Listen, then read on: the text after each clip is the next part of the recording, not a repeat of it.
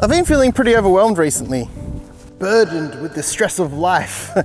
I've been struggling to keep up with everything and everyone. And this stress causes me to not do anything.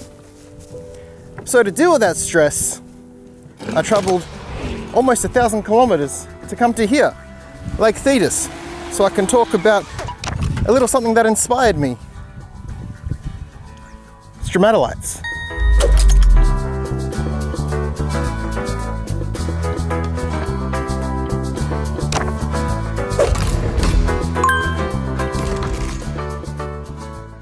How's that? Yeah? The story starts with Stan Aramick, a geologist who was hanging about in the intensely hot hills of the Pilbara in Western Australia. It was there that he stumbled across a bunch of rocks that had tiny little fossilized organisms that dated back to the dawn of life. It was the oldest evidence of life on Earth. So what is a stromatolite? Think of it like an apartment building for cyanobacteria. They move in, hang out, live their lives, party, eventually they die. So new cyanobacterians move in on top of the former fossils of the previous cyanobacterian residents. These new cyanobacterians live, party, have a great time, they die. New cyanobacterians move in on top of them, and so on and so forth for billions of years. You got yourself a stromatolite. Stan the man collected some samples. That was me collecting samples. And then headed back to, and then headed back to somewhere with air conditioning, because it's very hot out here. A few months later, when he came back to try and find where the stromatolites were, he couldn't find them. I mean, you can see how ridiculous it is out here. Everything looks the same. Now imagine this, but with no greenery, just red sand and dirt. If it were me, I simply would have saved the location to come back to on Google Maps. However, in the shallow waters of Shark Bay along the coast of Western Australia, scientists found something that I don't think anyone was expecting. A living community of stromatolites thriving. How exciting is that? You don't understand how exciting it is yet because I haven't explained. but, oh, get excited. Pinch your bums. Don't say that. Colonies of living organisms that replicated the conditions on Earth when life was just beginning, like pre-1996. So we actually went out to Shark Bay to film the stromatolites, but as luck would have it, a cyclone came through and wiped out their boardwalk, so we couldn't access it. And also it was like 48 degrees in the shade, so it was blisteringly hot. 48 degrees Celsius, by the way, in real terms. It was so hot. Over 100. Over 100 degrees Celsius. 48 degrees Celsius, which is over 100 Fahrenheit. Over 100 Fahrenheit. I knew that. I was just being a pest. It was unbearable. I walked out there. I was dying. It's so hot. And then there were the flies. There were so many flies. Listen to this little bit of audio to show you so many flies. I think these flies are going to be a problem. There's a photo as well. I couldn't handle it. So we thought, fuck it, we're coming to Cervantes instead. They have some stromatolites. They're not as good, but they're here. No, they're good. The funny thing is, the stromatolites out in Shark Bay were out in the open for anyone to come along and find, but coastal towns back then were few and far in between.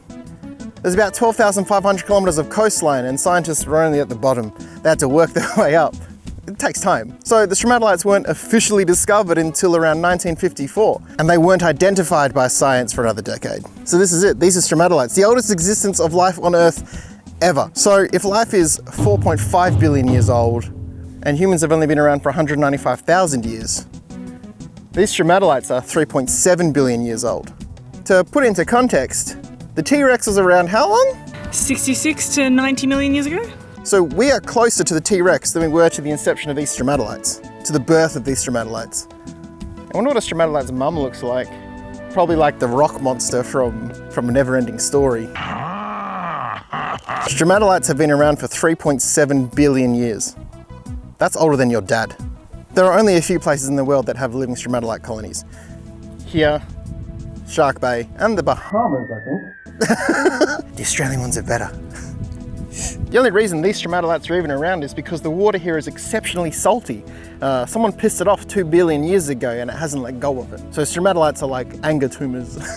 So here at Lake Thetis in Cervantes, they're in a lake. So it makes sense why the salt levels have remained pretty consistent. In Shark Bay, there's a big grass barrier that's blocking the ocean from actually coming in and affecting the saline levels of the water. Essentially, they built a wall before Trump made it a thing. So here at Lake Thetis, yeah, come on. Do you guys want to come and have a... Oh, okay. The area around here, excluding the boardwalks, is basically the same as it was 3.5 billion years ago. So to come here is basically time traveling.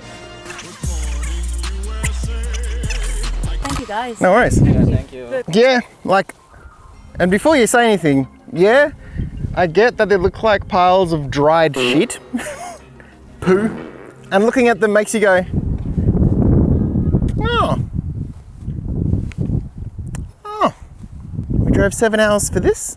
But it's not the appearance of them, it's the idea of them. You see, if it wasn't for these poo piles, humans wouldn't exist today. A few billion years ago, the oxygen level in the air was about 1%. And then the Stromatolites came along and were like, oh, that's too bloody low. So they sat underwater and began photosynthesizing and puffing oxygen into the ocean, like trees do, just underwater. These Stromatolites chilled underwater and just gurgled oxygen into the ocean for 2 billion years. And by doing that, they raised the oxygen level in the air to about 20%, and life was allowed to begin. Then later it dropped to 15%, and that's when YouTubers became a thing. Look at that. You can see the Stromatolite photosynthesizing away. What a ripper. This is all it can do, and it's not much, but it's also huge. Make us that oxygen, you little legend. It kind of goes to show that doing something small but consistent can have a bit of a knock-on effect. If it wasn't for these little blobs farting out puffs of oxygen, we wouldn't be here today. So go on, be a Stromatolite. Do something small and consistent every day. Who knows? You could change the world. I don't think he's coming back. Kangaroo, kangaroo, kangaroo!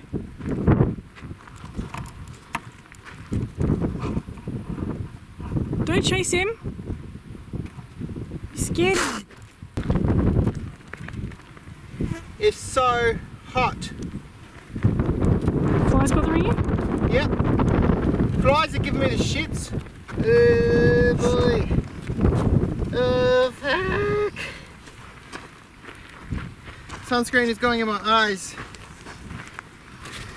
Let's go to the other ones. Let's go to the other ones. Do the whoosh.